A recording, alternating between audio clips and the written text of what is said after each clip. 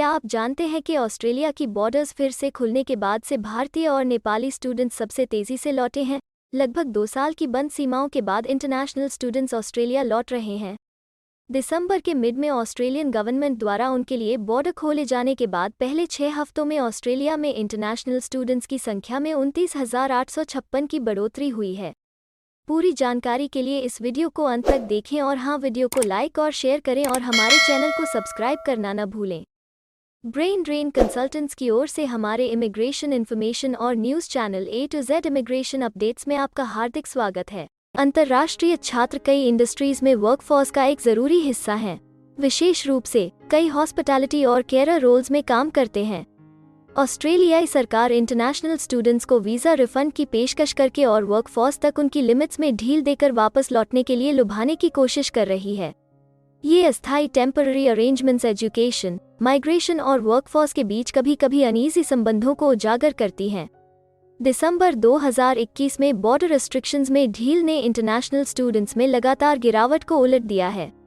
अपने lowest point पर Australia में 2,48,750 अंतर्राष्ट्रीय छात्र थे।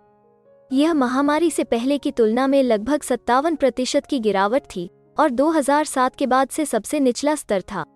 जब से बॉर्डर्स फिर से खुले हैं, छात्र कुछ देशों से बड़ी संख्या में ऑस्ट्रेलिया लौटे हैं।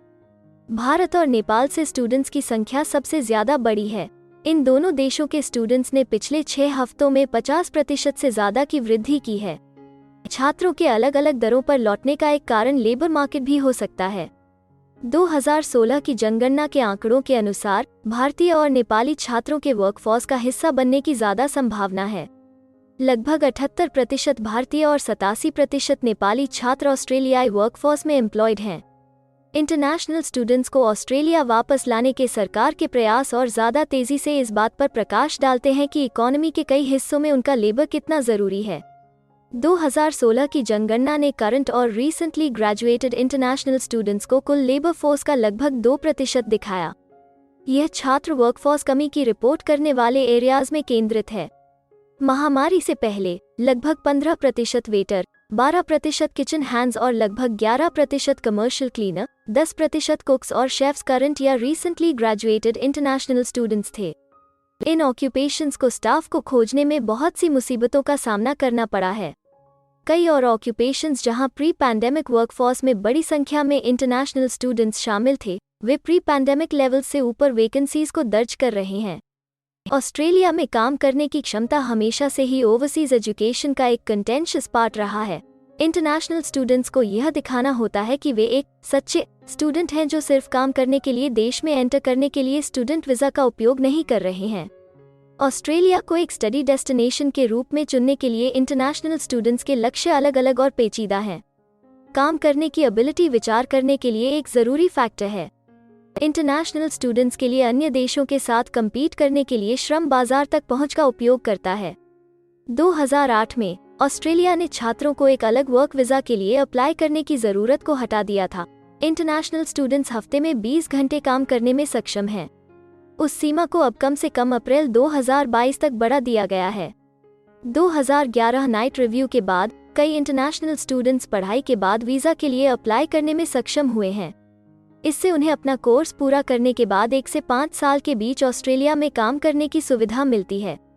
कंपेटिटर कंट्रीज भी इंटरनेशनल एनरोलमेंट्स के एक बड़े हिस्से को अट्रैक्ट करने के लिए पढ़ाई के बाद के वर्क राइट्स का इस्तेमाल कर रहे हैं।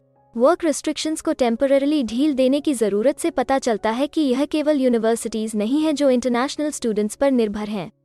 कई ऑस्ट्रेलियाई लोगों को उनके लेबर से फ़ायदा होगा। इंटरनेशनल स्टूडेंट्स का देश में स्वागत करते समय यह इंश्योर करना ज़रूरी है कि उनके राइट्स की रक्षा की जाए। ये स्टूडेंट्स वर्कप्लेस में एक्सप्लॉयटेशन के लिए विशेष रूप से कमज़ोर हो सकते हैं। Current visa arrangements international students को सस्ते कोर्सेज के जरिए साइकिल चलाने के लिए एनकरेज कर सकती है ताकि वे ऑस्ट्रेलिया में रह सकें। जैसे जैसे इंटरनेशनल एजुकेशन में सुधार होता है, इंटरनेशनल एजुकेशन, माइग्रेशन और रोजगार के बीच संबंधों की गहरी समझ इंडस्ट्री में सभी के इंटरेस्ट की रक्षा करने वाले मार्गदर्शक कानून में मदद कर सकती है।